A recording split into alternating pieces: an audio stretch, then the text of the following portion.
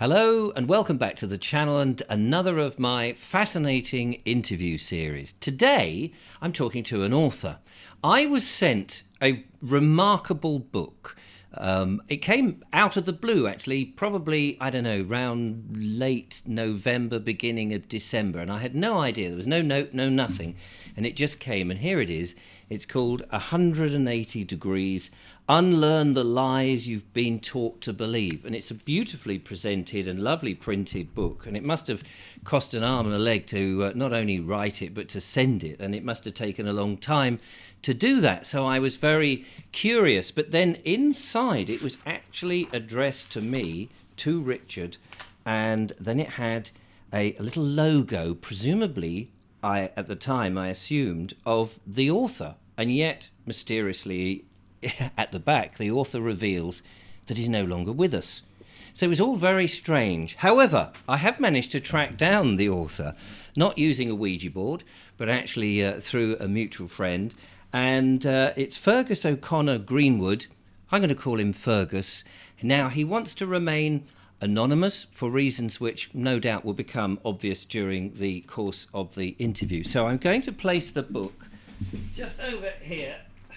And using special magic powers of video editing, I can place him on there. So, Feargus, are you there? I am indeed, Richard, yes. It's very nice to communicate with somebody who is actually alive.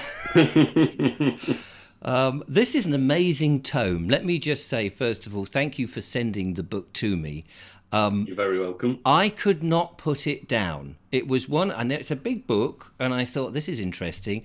And as soon as I got into it, I found that I had to keep going. And each chapter, each section blows your mind and you think, wow, that was interesting. That could have been a book all on its own. And then suddenly we go on to a slightly different topic, but all related to truth. And what we believe to be truth suddenly is being inverted. And you weave this amazing concept that everything that we've ever been told is true is not so, or is it we've been living a big deception. How on earth did you manage to get all the themes that you have, and we'll explore some of those, into one book? With difficulty is the answer, and quite a lot of time and effort, as you've already said. So it probably took me somewhere in the region of 15,000 man-hours. Wow. So I guess that's probably 5-6 years, maybe. I mean, the actual solid writing section of itself was maybe only a year and a half, 2 years. But there then was all the editing, fact-checking, citations. And of course, you've got to add in several years of research prior to the writing in order to encapsulate the whole. So, yeah, I'd say roughly 5 or 6 years in total. Now, it reads so easily. You know, you get some books and it's very in-depth and it's challenging your mind, but sometimes the author seems to be also trying to impress you with the way he writes his sentences or the words that he has at his command or the way it is. Yours this book was so easy to read so that actually it was relatively quick to get through. And you use this very clever device of highlighting the point that you want by using real quotes from people. And you say very early on, it doesn't necessarily mean that you like the person who's quoting. It's just that the quote they say is so relevant to the point you're making. That must in itself, knowing all those quotes from different people from all sorts of different works, right up to sort of the current time as well as historic figures, must have taken a long time to sort of have. Or are you somebody who just has those quotes available in your head? Definitely not the last one, unfortunately. I mean, nice if it was, if I had Wouldn't some it be kind great? of photographic memory, but no, I'm more down the other end of the scale, I think, Richard, when it comes to that. No, those are the things that you just find over time, go, well, that has some power behind it. Let's just... Were you keeping them in a notebook and going, oh, this is great, this is Yeah, fantastic. basically, it was a cut and paste job, or you'd be transcribing them from a video interview or something, go... I mean, with a book like this, there's probably 10 times the amount that's in the book on the cutting room floor. Right, wow. as because you go through and it's so to come back to your point, and thank you for the compliment, but yeah, a lot of time was spent on the flow as far as the reader's concerned, because with a book, it's sort of only a courtesy to the reader that you're trying to make it as easy as possible so that they're only fighting with the content, not the grammar, the errors and everything else. So if you can provide this really nice flow for them, you're not going to be kicking them out of the text going, hang on a second, what's this?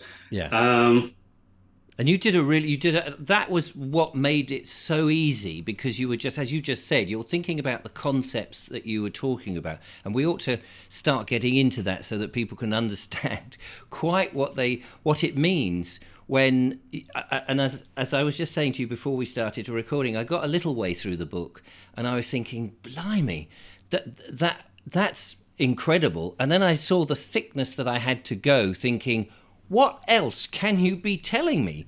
and it is almost everything.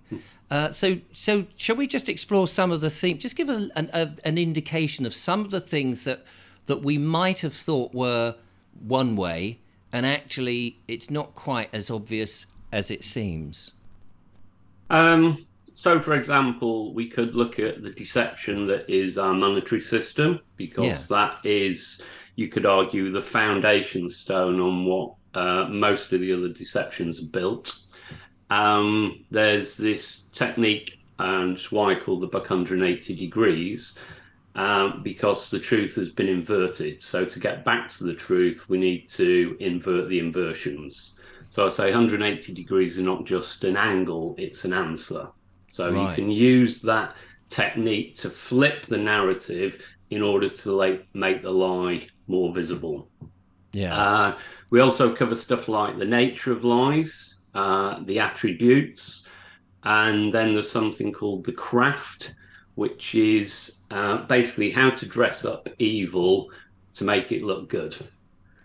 And there is a lot of evil in the book. I mean, you're exposing a lot of things that people don't really think of as being evil, and then there's the stuff that is blatantly evil that you think, really, is this really going on? Isn't that something from the Middle Ages, from the past? Surely that's not happening in these days. And there's certain parts of that which we can't discuss on here, being on YouTube and its terms and conditions and blah blah blah. But there is some really sinister stuff that is going on that the general public would be so shocked that if they were able to get other people to believe them, it would probably change things. But I think it's so shocking, and it's so hidden and buried that it's very hard for anyone to be taken seriously if they mention it, because people would just go, oh, don't be so stupid.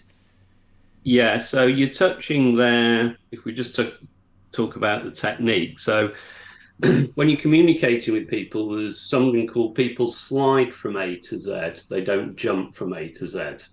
So if you're speaking to someone who thinks the government's telling them the truth about everything, they're at A.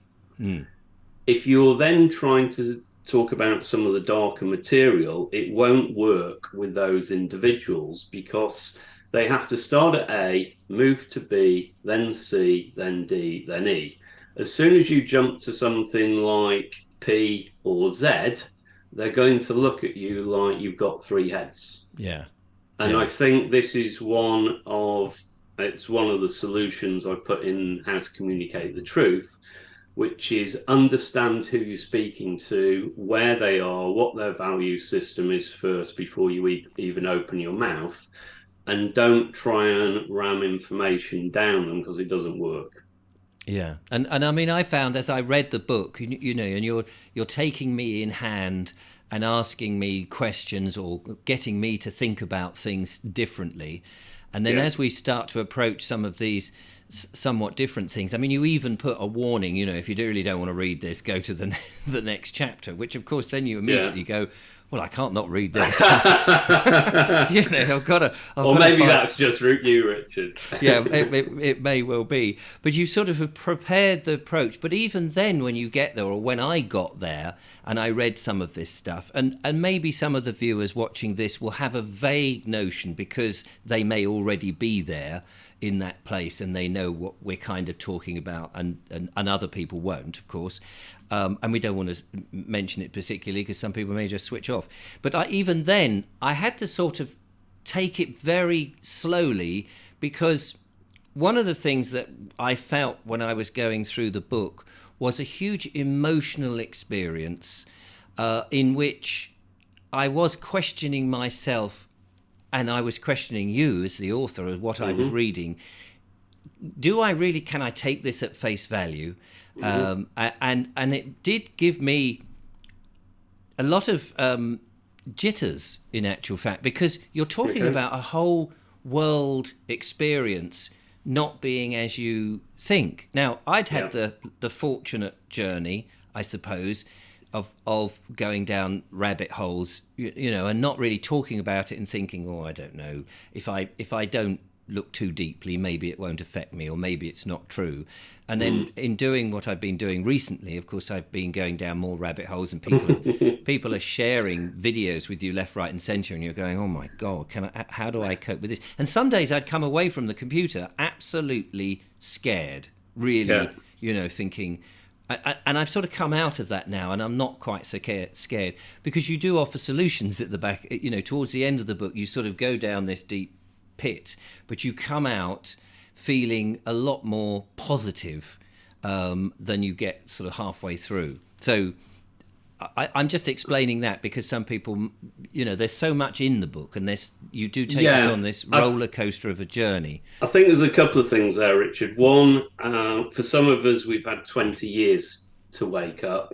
Unfortunately, what's going to come out, I think, in the not too distant, is some people are going to have 20 minutes to wake up. Yeah. And I think what you've highlighted there is super important, which is that emotional journey and people's ability to cope with it. Because I think we've got some radical cognitive dissonance already. People holding two opposing views at the same time. But I think this is where those people who are already awake need to show kindness and compassion. Yes. Not just say, we told you so, because they're going to have to go through that process at a very accelerated rate. I mean, some will choose not to by sticking their head in the sand, of course. But for those who do wake up, or how you want to phrase it, I think that's there, and it's incumbent, I think, on those of us who are awake to show that sort of level of compassion.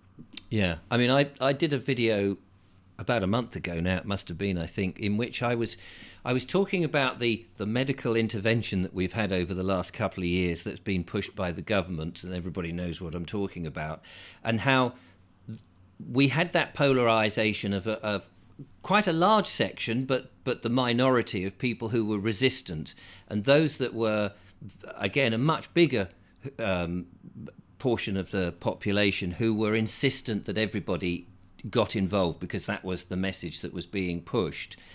And now they may be regretting some of that because of the after effects of this thing. And some of them may not even be, as you say, still got their head in the sand. But there'll be a block of people who will be thinking, I regret doing that. But they may also have been saying to people like me who didn't take it, I'm an idiot, I was a fool, you should take this, if you don't take it, it's for humanity's sake, it's save your granny, blah, blah. Now, they may regret some of that rhetoric that they came out with, and it's to me to help them save face and say, I don't care. At the time, you vehemently thought it was right, the government backed you up, mainstream media backed you up, but now you may not think that was the right idea. I don't feel that you owe me an apology or anything. It's fine. We're all actually on the same side. Yeah. We're just trying to stay alive at the end of the day. And I think that's a good approach. I certainly say, if anyone comes to me, I say, look, you were subjected to 3 years military-grade propaganda. Yes. The fact is, they didn't get anything right. We had transmission of the disease. They were wrong about that. Yeah. Asymptomatic spread. No. The PCR testing was wrong. Fatality rates wrong. Lockdown wrong. Quarantine healthy people wrong. Impact on youth wrong. Hospital overload wrong. Plexiglass barriers, social distancing, outdoor spread all wrong. Masks wrong. Variant impact wrong. Natural immunity they were wrong about. Vaccine efficiency wrong. Injection stain at the site wrong, and vaccine injury wrong. So, it's like, well, hang on a second, because you can look through one lens and go, look, these people are incompetent. But if you look through another lens, it's like these people aren't incompetent and it's a feature, not a bug. So there's a great quote from James Forrestal made in December 1946, and he said the following: "Consistency never has been a mark of stupidity. If the diplomats who have mishandled our relations were merely stupid, they would occasionally make a mistake in our favour. The fact that not one single mistake has fallen in our favour, I would suggest, that's not incompetence, that's people working to a script." Yes, absolutely. And as you say, it is military grade propaganda, and no wonder people have swallowed it, because we've been led to believe that these people are there for our benefit. And which is strange, because often we know that governments lie, because there'll be huge media coverage when they open a box from 30, 50, 70 years ago and say, oh, these are the secrets from such and such, and they open it up, and then there's a thing about Margaret Thatcher saying this and she told us that, but actually what was really happening is this, or some other thing from history, and I just automatically think, well, if that happened then, why would we not assume that it's still happening today? I think there's something there in terms of people can accept something in the abstract, and particularly historical, but struggle a bit to apply it to the immediate situation. Right. Yeah. No. Absolutely, and especially when it's supposedly a crisis, because everyone's rallying around to sort of save us all. There's another factor here as well, Richard, which is if they can induce a state of fear in people, it reduces people to a more childlike state. It basically switches off your critical thinking abilities. In short, fear makes you stupid, because you're just in your emotions and not in any of your logical brain. And of course, that's part of the propaganda, is to keep people not thinking and get into that herd mentality. If something, I know slightly off script here, but I'm using all your research and your knowledge that you've gained so far. If something, we've been told, oh, there could easily be another pandemic, or there could be another emergency event, and we're all going to go, oh, okay, we need to trust these people. They've shown themselves not to be terribly trustworthy, or they've shown themselves to be somewhat incompetent. How do you think the public now, if we were told, oh, there's another pandemic, or there's an explosion, we've got the war in Ukraine, so that's always a thing, and I've been hearing that schools are actually practicing in case there's an emergency, so kids have been told to go under tables. I heard this morning in an East Sussex school with children. And you think, and then Telford has come out with a leaflet that they're going to be distributing, which is all about emergencies and having a grab bag and having, saving food and water and all of this and this sort of thing. And then of course we've got the government pushing out the alerts on our phones, which did strike me as being very strange, that all of a sudden now they're using them, but they've been built into the phones for years, since these phones were available. So it does seem a bit strange that it's all sort of building up to something. But my question is, how do you think the public will respond? How much fear will there have to be for them to be as compliant as they were 3 years ago?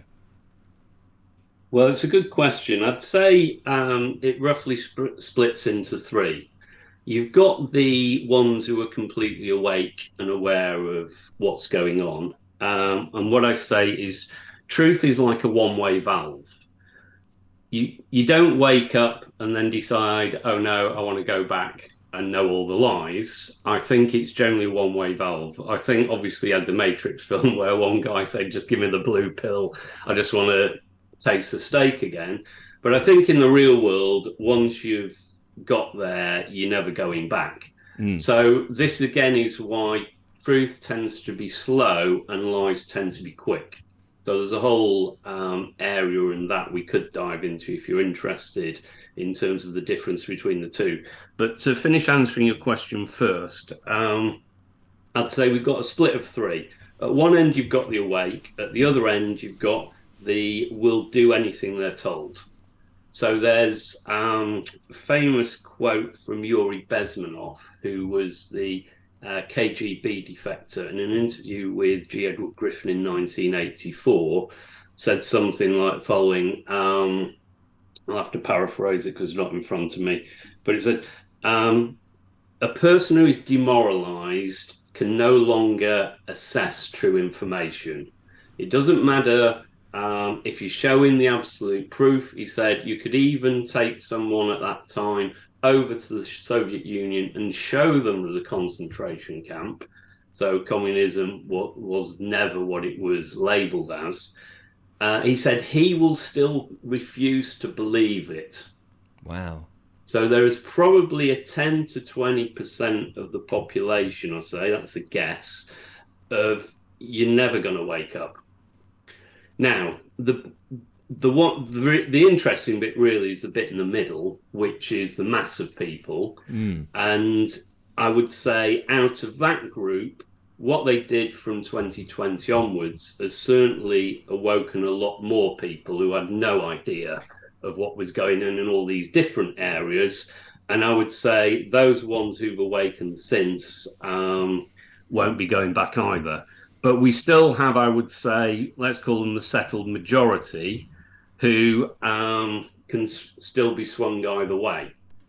But I do believe it's going to be much harder because there's also the 100th monkey syndrome here, which is that collective unconscious of when you get a certain number of people all being aware of, let's call it the truth in this case, whatever your views are, that starts to have an effect on the rest of the population. And I do think, for example, coming into this, it was Boris taking the helm. I'm no fan, but you could see there was a certain level of trust there, totally misplaced, of course, because of what he did with Brexit. But I think this time, I mean, I don't think any trust is there in many ways. So with all these things, generally you have to ramp it up. So as I say at the end of the book, I'm waiting with my popcorns for the fake alien invasion narrative that's going to appear at some point, because you've got to keep making it bigger and bigger. Yes. Now, whether they're going to just come out with another variant, another disease, whatever it is, I mean, of course they're going to try it because they have to, because that's part of the agenda. And also, I imagine that they've invested in stuff. Of course. I mean, so just to go back one step, so what we haven't really said is that a lot of this has been, shall we say, planned, for the sake of a word, that these things just don't happen to, a lot of things seem to be part of an overall long-term story. Is what we're saying, and some people, I'm just making this clear for some of the people who may be going, I don't know, what do you mean they've got this? So there seems to be this playbook in which things have happened throughout history, and we've seen a number of things in our lives that which, when you read in the book, certain events that have been done by the government of that country, in which people in that country have actually died. And there are some very famous, I'm just going to leave it at this, very famous things that people go, what? And that some people already know this, and some people always say, well, it's a conspiracy, and some people will just not believe it because they believe their government so much. But that these events have happened, and here we are now with this pandemic that happened, and there's still more work for these evil people to enact and get out. And so what I'm saying is, presumably they've because they've been planning so long, they've invested in whatever it might be, whether that's future solutions to the problem, which might be something that's injected or sprayed or shoved in the water or whatever, chucked out of aeroplanes, whatever it might be. They've invested it so that, as you say, they've got to try it, haven't they? I believe so, yeah. So, I mean, part of what you're referring to there is the problem reaction solution, which is a technique that goes back to Roman times. It's like, well, you want this solution, so you're going to then create the problem. Yes. That is a standard practice they use all the time. I mean, the other thing I thought you might have been referring to there, but maybe weren't, was the idea of false flags. Are we allowed to talk about those? Yeah, well, things do sort of distract you, don't they? So something else can happen. Is that what a false flag is? Yeah, so I'll read the definition I have in the book, which is false flags are covert operations designed to deceive in such a way that the operations appear as though they're being carried out by entities, group, or nations other than those who actually planned and executed them. Often they are horrific stage events that are blamed on a political enemy and used as a pretext to start a war or enact draconian laws in the name of national security and or remove civil liberties. The origins are from naval warfare, where a flag was raised on the ship's mast prior to the attack to mask the true identity of the attacker. Right. But So in other words, if you lived on an island, let's just put it in an allegory situation. If you lived on an island and you've got, say there's a lovely pyramid and everybody thinks it's a lovely pyramid, they go to the pyramid every day, and there's another island over there, and you want to make out that it was the other people on that other island that are your troublemakers, and you want to go and beat them up, and you want a legitimate reason, you might, as a government, blow up your own pyramid, cause a few deaths at the same, and then say, oh, it was them. And so everyone goes, blimey, was it them? Well, let's go and get them. Yeah, that's basically how it works. And unfortunately, that is used way more often than people realise. And on a scale that, you just wouldn't think how people, the people living in a certain country, that the government would do that to their own. No, exactly. So what you're actually talking about there is something called the big lie. So if someone tells you a small lie, you might be able to spot it, for example, via body language tick or a tonality. If someone tells you an absolute whopper, that can be much harder to spot, even though you'd think it'd be easier because it's bigger. Yeah. And the truth is, the big lie is more credible because it's incredible. I.e., most people cannot wrap their heads around the fact that someone would be so devious or evil to do something that they instantly dismiss it as a possibility and look at the person who's telling them as a complete raving lunatic. Yeah. And the big lie has been used a lot throughout history. So this isn't something that's a one-off. And in the book, you go on to mention these things, which if we do here, then there's a possibility that the shutters come down. And as you read that, you go, no, can't be. And then you'll calmly and very gently show how that could potentially be the situation. And in the end, you start going, well, yeah, I can see what you mean. And then it's up to the reader, of course, to take away whether they still believe it or not. But you keep just unpeeling from, say, a window little bits of light, and as you're peeling it, you've got the chance of putting those sort of stickers back on that window, but they're not as secure when you start putting them back than when you take them off, because the two examples I use early on in the book is the HMS Lusitania, which was a false flag to try and get the Americans into the First World War, and Pearl Harbor in the Second World War, because whilst they'll still have some emotional reverb for a lot of people, now that we've got new generations coming through and they're less emotionally attached to remembering the event at the time, it's probably easier for people to, as you said earlier on in the conversation, about, okay, that happened 60, 70 years ago, I can understand that, but no, that can't possibly be true about this one. Mm. So what I've tried to do in the book and on the ones I have shown, I called it a section called The Hunt, is say, okay, here are the tactics they use. Here's the evidence from two or three more recent examples. You decide for yourself whether you think that's a false flag or not. And again, it's about giving the reader the freedom to decide for themselves rather than sort of ram it down their throats. Yeah. So one of the questions, of course, from those sort of events would be, why would respected members of a government go along with this? Because not every, some of these false flags, some of these events are so complex that so many people would have to be in the know. So it's not just the respected members of society, it's also other people who are engaged to do it, who may not know, the whole story. They may have only been given a little instruction. But at some level, some people will have started to join the dots. So what stops them from becoming whistleblowers before that happens and blows the whole the whole lie out of the water? Yeah. So you've got two questions there, basically. Why do they not say anything, and how is it kept quiet? Mm. So let's deal with the second one first. How it's kept quiet normally is via stuff like hyper compartmentalization. So there was the best example with this is like the Manhattan Project when they're developing the nuclear bomb. I think there's something like 120,000 people involved in that, but it didn't leak out.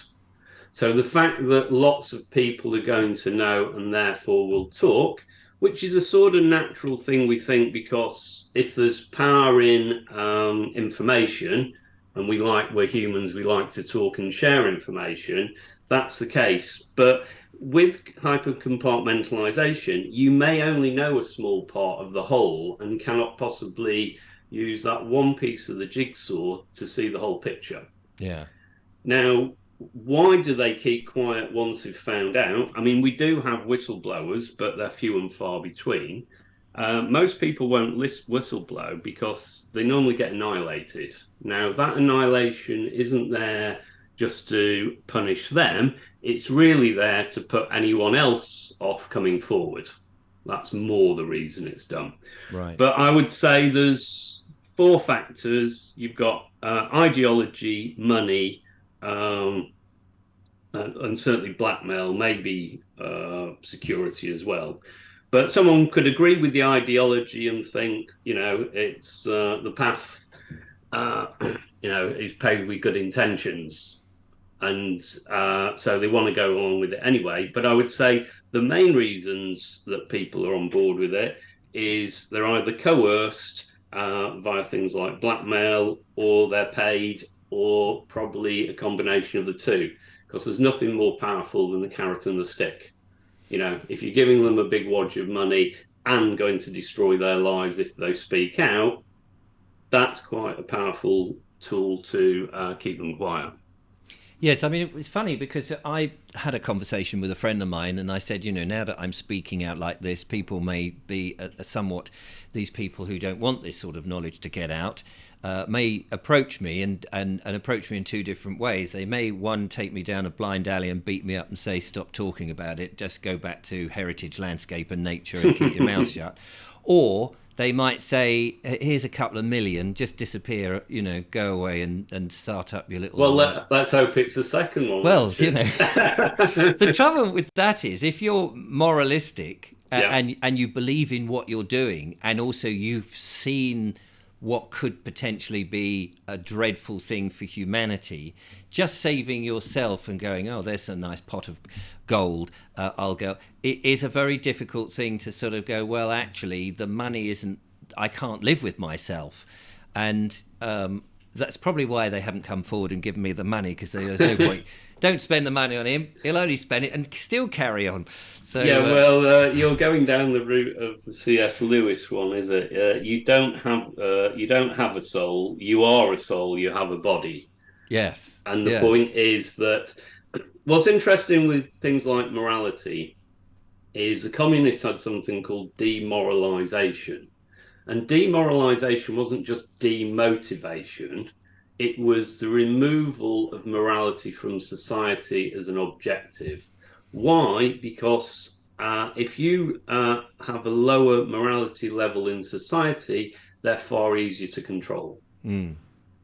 And I think this is one of the problems with, for example, the empire collapse cycle that I referenced in beginning of chapter 7 and John Grubb, is a lot of these empires generally fail after the 240 to 250 year mark, which if we're looking at the USA, for example, or you could claim it's sort of the Anglo one, but if you just take the American situation, they had the revolution in 1776. It's now 2023. I think that's around 248 years or something. I haven't done the exact calculation, but you're right bang in that 240 to 250 average for the empire to collapse. And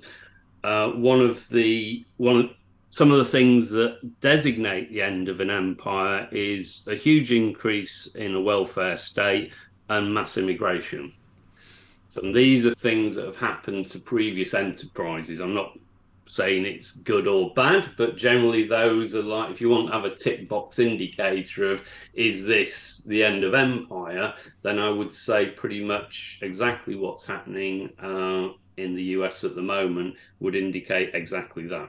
Yeah, and you can see, if you see some of these videos in which they just show that how the morals have just disintegrated, and people are on the streets and people are just burgling and the police can't control. Another classic sign of end of empire as well. I'm not saying those things don't happen at other times as well, but certainly that's one of the key factors, yeah. So the question that people in that situation might be going, well, blimey, this is dreadful. But how does the new empire start? And is that a more creative, positive time, so that actually, if it is at the end of one era and we're going into another, is it a good time to be around to see the end of one and the start of another, or is it a really dreadful time to be around because you've got uncertainty for the future and a sort of certain end to the current situation? Well, you could argue that depends on your geographical location and whether you're in the end of the empire or whether you're located where they're just starting their new one. Yeah. So maybe you have to think about moving house, Richard, at the end of this conversation. I might well be. I need that island where I can have my own little empire, and I can have my own little border and say, no, look, these are my rules. Just leave me alone. The rule is it's not about being on your own, but it is about localism and a smaller community to get you through some of the nonsense. Yeah, absolutely. Do you think that's with what we've been saying about some people having to wake up, some people already waking up, some people realizing that actually what we've got at the moment is likely to change, that community that has become more atomized will start to have to, I suppose, become more cohesive in order to stay together, to survive? Yeah, I think the one mistake they made with all the COVID nonsense is it woke people up to how important other people are in their lives. Right. And we all started, after being banned from it, although some of us never stopped it, of course, started hugging each other, and sort of it was a return of humanity in a certain way. And I think that's a seed that's been planted that isn't going away. Now, yeah. Sorry, go on. No, go on. No, just saying that I think, now that ball's rolling, it's like a snowball going downhill. Now, we do have a few challenges on the horizon, because if you go into someone like Rudolf Steiner's work, he suggests that sort of this epoch ends with the war of all against all. So let's hope we don't get there, but I'll be dealing with that one in the next book. I think I probably put enough trauma into this one for the time being. Yeah, absolutely. I mean, one of the things that I thought about, and I think I've mentioned this before, I've certainly mentioned it to friends and family and other members, is when we were coming into the beginning of the energy crisis and we were told that we were going to have electric power cuts and stuff like that. I Yeah, just kept thinking to myself, and this has become more solid, and I'd be interested in your views on this, is that it won't happen because if we have if we have power cuts on electricity, particularly because they want us to sort of believe that the electricity is the root, as if we start having days of no power, suddenly we'll realize our phones can't be charged up, we can't go online, we'll suddenly be talking to our neighbors again, we'll have to outrageous. outrageous, but we'll have to use cash because Yeah, things like that. And the last thing at the moment, it seems to me that they want us to feel that cash is a useful commodity and a way of exchanging and doing things. yeah, And if you've got a wood burning stove or any other means of cooking, even if it's a camping stove, that you can be independent. And I feel yeah. that that's why they won't cut us off from these things, because I remember the 70s when we had those, completely different Unfortunately, routes. so do I. And as a kid, it was quite fun because it was a bit different. But I think it would just show people that we can be, again, self-reliant, taking back more responsibility for Yeah, stuff. And also it would show how weak being reliant on one thing like electricity really is. yeah, So to me, that was, again, it's a threat, but actually please carry that out in a way, do yeah, it, yeah. because I think people would wake up a lot more and go, wait, we don't want to put everything in, all our eggs into one basket. Yeah, I think it's a very good analysis, that, Richard. I know that Catherine Austin Fitts says if you want to really screw the system, just leave your smartphone at home. Yeah, yeah. I You mean, know, because I've that's often, all the data collection pretty much gone. They don't know where you are, and you're not interacting with that stuff. So, yeah, I agree. The more electric, once everyone's in the pen, then they can start messing mm. around and switching stuff off. But they're not going to do it ideally before everyone's been herded into the pen for the reasons you've just given. And another thing, if the advent, well, the advent is coming, of course, of this central bank digital currency. But again, another way of, for me, is to stymie that, is to say, okay, I haven't got a mobile phone and I'm not connected to the internet. Now, me on my own, there'll be, well, hard cheese. How are you going to Yeah, get anything? But if collectively more and more people said, right, okay, we ain't having one of these things, the bankers will want trade to happen. They will want the movement of money, and the government will want you to know where you are and things to happen, and they will want their council tax paid and their inland revenue paid. And you go, well, I'm happy to pay it, just I haven't got a mobile phone, and I've got no money to buy one anymore.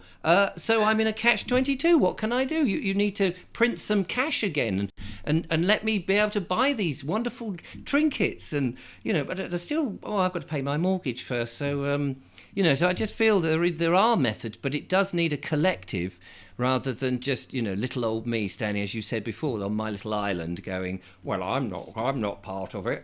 But you need everybody to be no, that but part. the point you're saying is there needs to be a tipping point in a core number of people who understand what the problem is, which Yes. is, I presume, one of the reasons why you started what you're doing now is to get that information into the hands of the people so they can understand what's really going on and not just falling for the latest wheeze that the government's pretending to give them. Mm. So, yeah, my guess would be, but it's a slower process, and whether they've got time, I don't know.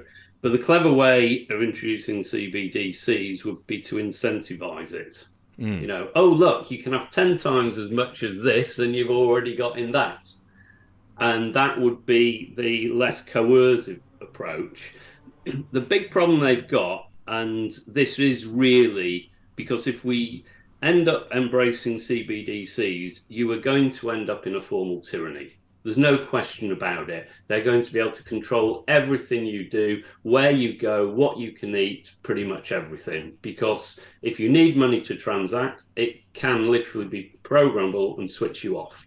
So anyone listening to this, do not touch CBDCs with a barge pole if you don't want to live under a complete dictatorship or your future generations to do so. I'm hopeful because, at least with the cryptocurrency crowd, it started off with Bitcoin, and Bitcoin was always framed, we can discuss the ins and outs of it, as an alternative to central banking. And I think a lot of people coming into that slowly over time have had to listen to people like, or chosen to listen to people like Andreas Antonopoulos, Tone Bayes, and it's always, they've known from day one, as was in the Satoshi Nakamoto white paper, this is an alternative. Now, I know there's people out there who will say, oh no, that's just the banking crowd trying to suck you in. But as Andreas Antonopoulos said, it's Bitcoin's a bit like Euclidean geometry. He doesn't need to know whether Euclid was a good or bad person. He just needs to know whether Euclidean geometry works. And the answer is yes, it does, so I'm going to use it. And it's pretty much the same with Bitcoin. Now, there are problems with cryptocurrencies. We'll maybe get to those just briefly. But if you're looking at Bitcoin, it's all open source. You can see what's going on. And therefore, and people tend to, yeah, but it's SHA-256 encryption. And that was done by... I think created by the NSA. Therefore, Bitcoin, it's like, but every single bit of encryption is based on that. And if that's broken, every encryption in the world's gone, basically. So I think there are people that latch on to things incorrectly and jump to the wrong conclusion. That's not to say cryptocurrencies are problem-free. So if we're talking about decentralized ones, they're fine. Centralized ones, you don't want to touch with a barge pole because centralized systems can be controlled. Beyond that, there's loads of scams out there. So I think we'll have a washout at some point, and then we'll be left with the ones that are actually useful. But I have a personal opinion on some of those, but I'm not a financial advisor, and I can't give any financial advice. So people do your own research. Absolutely, yeah. No, I mean, and the thing is, I mean, I've been thinking what to do, and panic. Exactly, panic. That's what you want. A bit of panic. So yeah, that's money is a difficult thing because it's like just transferring money. I had to transfer some money from one bank to another bank, and because it was of a certain sum of money. It was most peculiar that I had. So they said the best way to do this so you don't incur charges is to write yourself a check and take it to the other bank and pay it in. Now, I haven't written a check for donkey's years. Yeah. So I was like, ridiculous, okay. And then they came back and then it was rejected and they said, oh, you didn't fill it in right. And there was a little tiny mistake, not that I made, but somebody had put a naught in front of my, I think, cashier had just sort of looked at my account number and said, oh, that should be a naught. I better change it. So that was rejected. Then I had to go and do it again. And then they rang me up and they said, this has been made out to you. I said, yeah. And it's going into your building society. I said, yes. And they said, did you intend to put this in the building society? So I was like, no, I intended to give it to a tramp on the street. Yeah. Of course, what do you think? I mean, I know they're doing their duty. And of course, it's that whole problem about people believe when they put money in the bank, it's their money. And here's a conundrum that I can't work out. If you're being paid by whoever your employer is, they're not giving you the cash these days so that you have a choice to put it in the bank. It's a bank transfer that goes into the bank. Now, when it goes into the bank and they say, but it's our money until you have it back, you've got no choice if the employer is only going to give you it via a bank transfer for it to then disappear into somebody else's account to make money from it or do whatever they want with it until you claim it back. And then when you claim it back, they say, what are you going to use it for? Yeah. I mean, the whole system is totally bonkers. Well, it's worse than that because when you really go into the fundamentals on money, I mean, you try this one, Richard. Go into the street and ask them, what is money? Where does it come from? And how is it created? And I bet you 99% of the people who you ask will not be able to answer those three questions. Yeah. And that is just remarkable given we use it every day. So we think we understand it, but we don't. So have we got time to quickly run through that and do the what, where, and how? Yeah, please do. Okay, so when it comes to what is money, money has, you can say, functions and attributes. So, for example, a function for money, there's three. A medium of exchange, so it needs to be acceptable to the two parties involved. A unit of account, it can act as a measure, how much. And a store of wealth, I can protect your purchasing power over time. Well, the pound's not doing a very good job of that at the moment, but we'll come back to that. Now, beyond its functions, you have attributes. These are things like it's divisible, it's durable, it's fungible, which just means mutually interchangeable without loss of value. So I could swap a £20 note for, say, a tenner and two fibres, and you haven't got any friction there. Yeah. It could be portable, inert, you don't want it to blow up in your hands. Tangible, you can hold it. Anonymous, finite, and has intrinsic value. And ideally, no counterparty risk. So if you want to decide whether something is money, it's perhaps best to ask two distinct questions. Is it money, i.e., is it an acceptable medium of exchange? Or two, is it good money? Does it possess all or most of the value characteristics that you're looking for? Right. I mean, you just mentioned it had to be anonymous, and that's where the central bank digital currency certainly isn't anonymous, because it knows exactly what you're doing, and correct, and it can be programmable. So I would say those attributes I've listed there are the ideal, but you'll find, for example, also no counterparty risk. Well, there's counterparty risk, as you just highlighted, when you put your money in your bank, because legally you don't own it until you demand it out of your account. So it shows that fiat money, which is just like the currency we use, fiat just means from Latin, let it be done. So right. I'm going to decree this is legal tender, and everyone goes, okay, that's a great idea. So those are the attributes. Now, where does it come from? Only 2 to 3% in the UK is actually physical cash. And I would argue probably that's down to 1% now after the last 3 years and what happened with COVID. 97% of the rest is basically created as debt, e.g. by banks when they write a mortgage. Now, how is it created? Here's the real con. So there's a simplicity and some might say audacity to our monetary system, and that is they can create money out of thin air. So we're not talking usury here, which is the ability to charge interest on money lent out. That's a separate issue, which we'll leave to one side for the moment. Right. But we're talking about how money is created. And the great thing here, or not so great, is the fact even the experts don't seem to understand it. So there's a great... so what I've done in the book is try and prove the point in 3 quotes.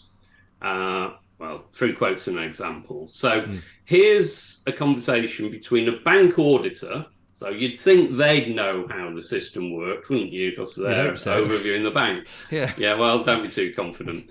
So the bank auditor is talking to G. Edward Griffin, who's the author of The Creature from Jekyll Island. He's not only a national treasure in the US, but I think an international treasure. So the bank auditor says to G. Edward Griffin, well, you don't really understand the complexities of money. Money is not really just created at all because you can't just create something. For every asset, you have to have a liability. And G. Edward Griffin says, well, I know that, but they create them both at the same time.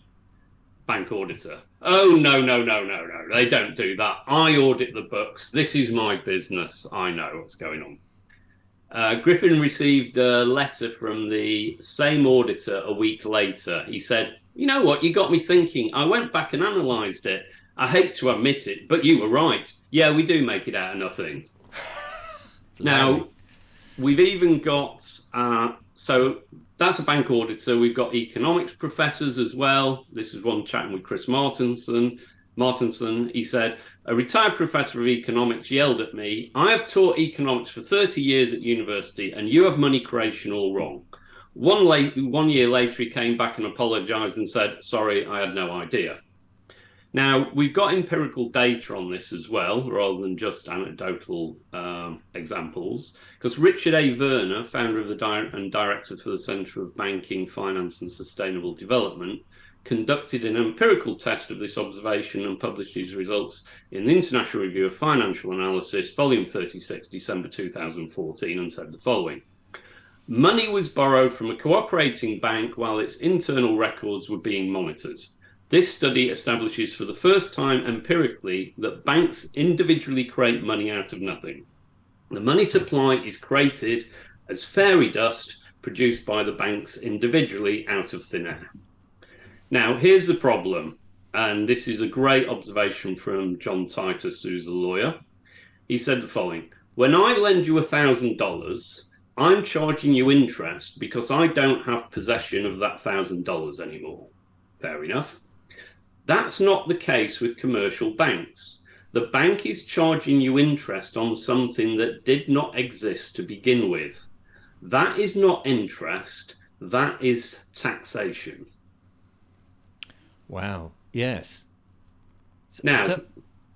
Well, let me give you an example. So yes. Let's bring it into the real world, but an extreme example. Let's open the Bank of Vogues. Oh, lovely. I'm keen on that. I know this is an extreme and ridiculous example, but it's going to make the point. Yeah. Right. So the Bank of Vogues.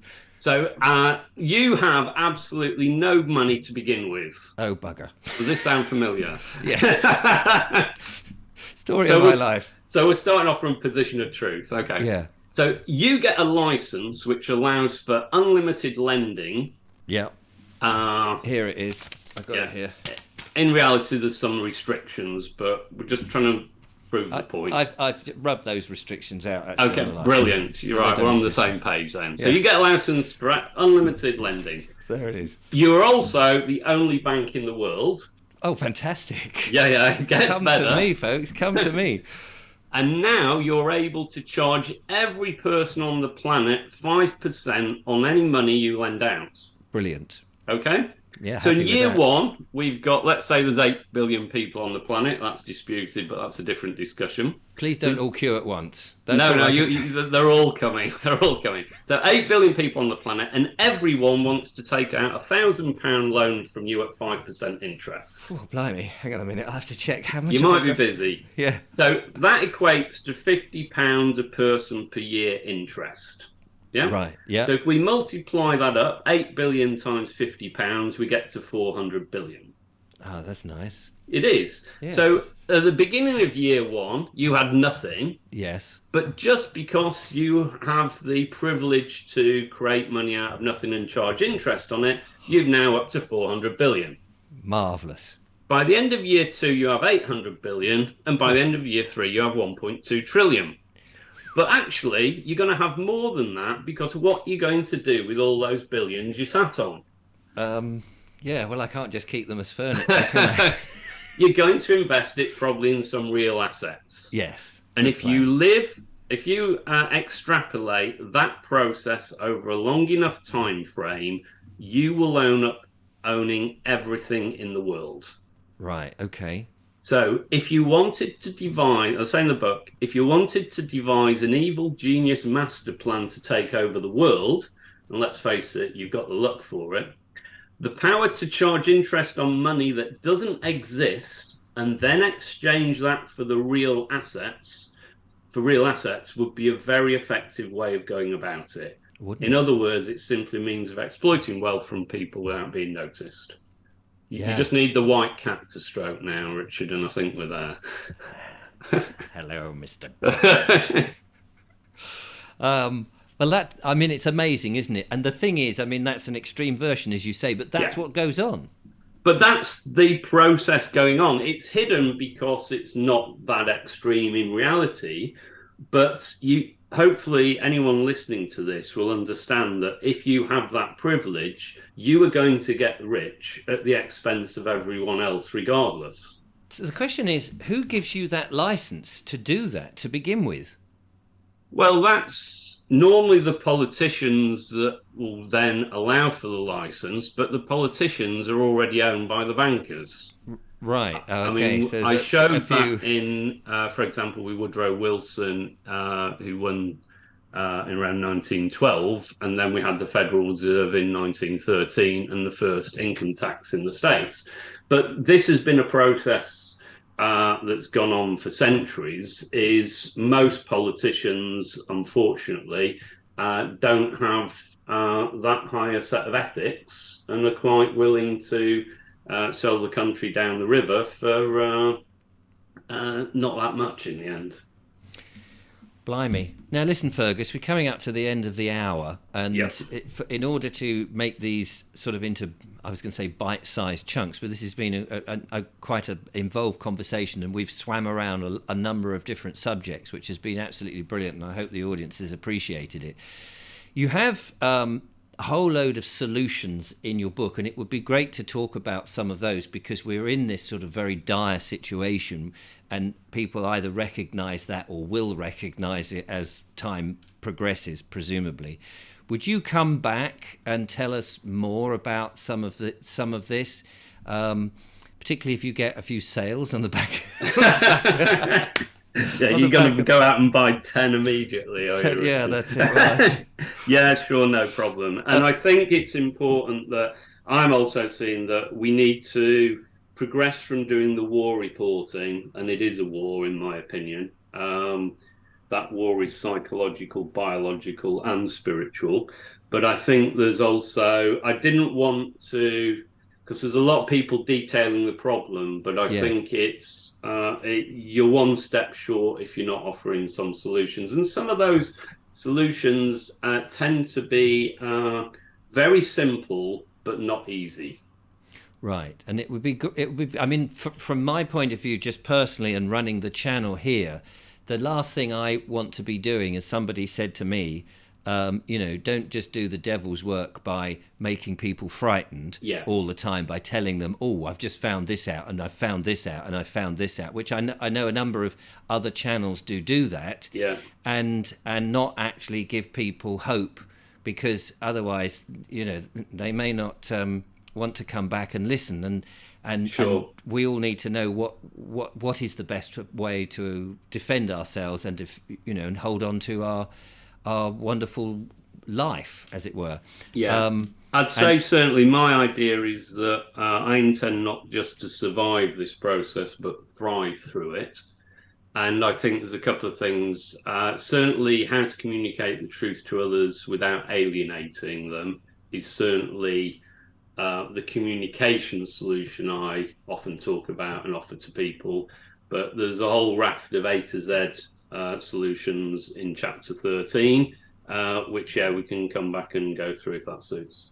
Yeah, no, I think it would be interesting. I think we certainly whetted people's appetite on this. There'll be, I'm sure, people who just come curiously and going, really, I had no idea, and of course we haven't really touched on to the specifics as such. And then there's those that are already in the know and going, yeah, I know what you're talking about, and a lot of people will be eager to hear the solutions, and I think that's so very important and vital. So yeah, please do come back when the time suits. But in the meantime, the book is available everywhere. Is it in normal places? Well, two main places. One, you can get it on Amazon.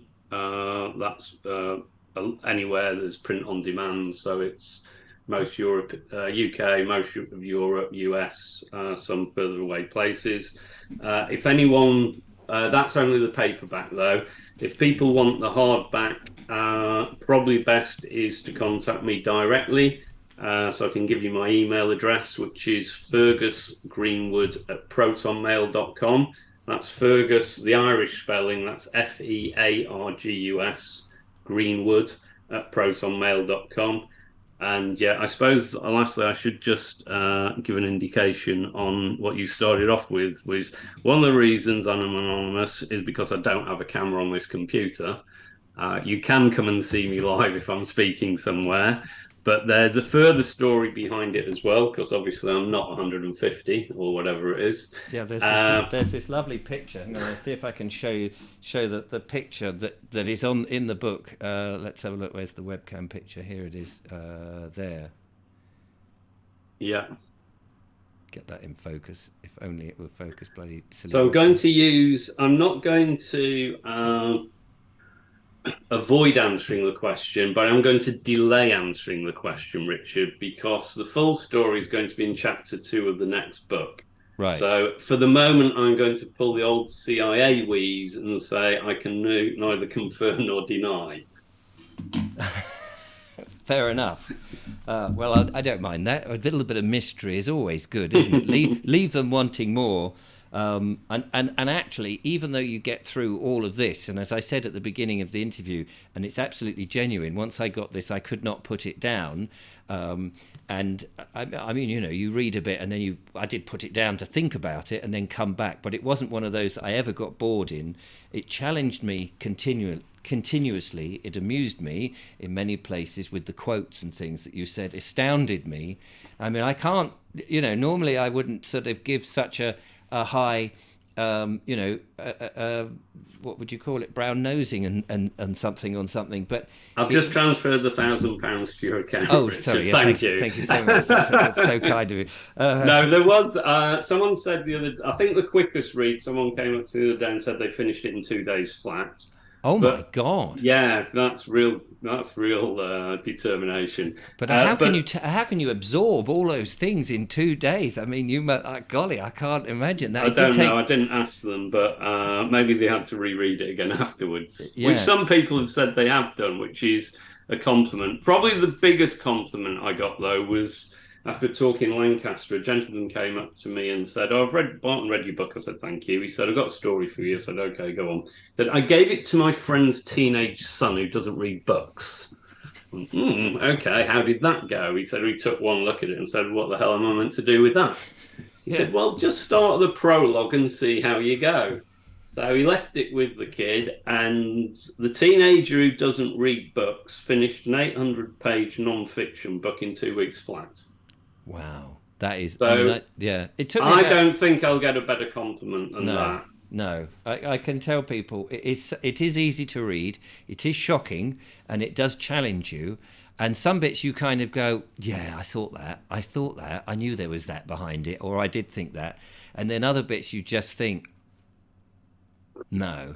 And that's what it is, and it's definitely I don't know what it retails at, but it came through the post, so it didn't matter to me. But it's definitely worth going. And what would be great if people do invest in it and buy it, it would be great then to get you back and also then see what the comments are. And if people have got questions about the book and various parts in it, we could do do a Q&A as well. That would be good. Problem.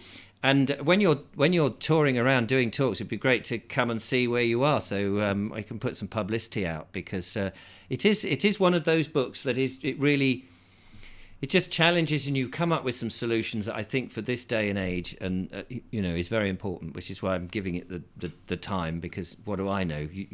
How long did it take you to write? 6 years or something? Well, the complete process from researching, writing, editing was 5 or 6 years, I think. Blimey. So the next book will take a lot less. Good. I'm hoping it's going to come out by the end of the year. The working title is "No One Should Be Allowed to Die That Happy." Oh, right. And it's going to be whereas that sort of 180 is 80% earth plane, 20% spiritual. The next one's 80% spiritual, 20% earth plane. But I'm going to try and combine, it could be a new genre, because I'm going to try and combine some deep spiritual truths with a lot of humour. Brilliant. And this will either work brilliantly or go horribly wrong. So I'll put my money on the last one if I were you. Oh, right. Okay. Well, good luck with that. Thank you so much for talking to us today. No, thank you. It's been really, really interesting. And I know there'll be lots of interest, and I'm looking forward to the comments already. Feargus, it's been wonderful. Thank you so much. Do rush out and get it. You did say Amazon. Oh, and yourself. I'll put your email address in the description so people can contact you and get the hard copy. I mean, the hard copy is just lovely to have on the coffee table because people just go, oh, what are you reading? So there's all of that. Anyway, I better wrap it up. Thank you so much, Feargus. Thank you, ladies and gentlemen, for coming along and watching this. I'll be back again with another interesting and fascinating interview very soon. But from Feargus and I, until next time, goodbye. Bye.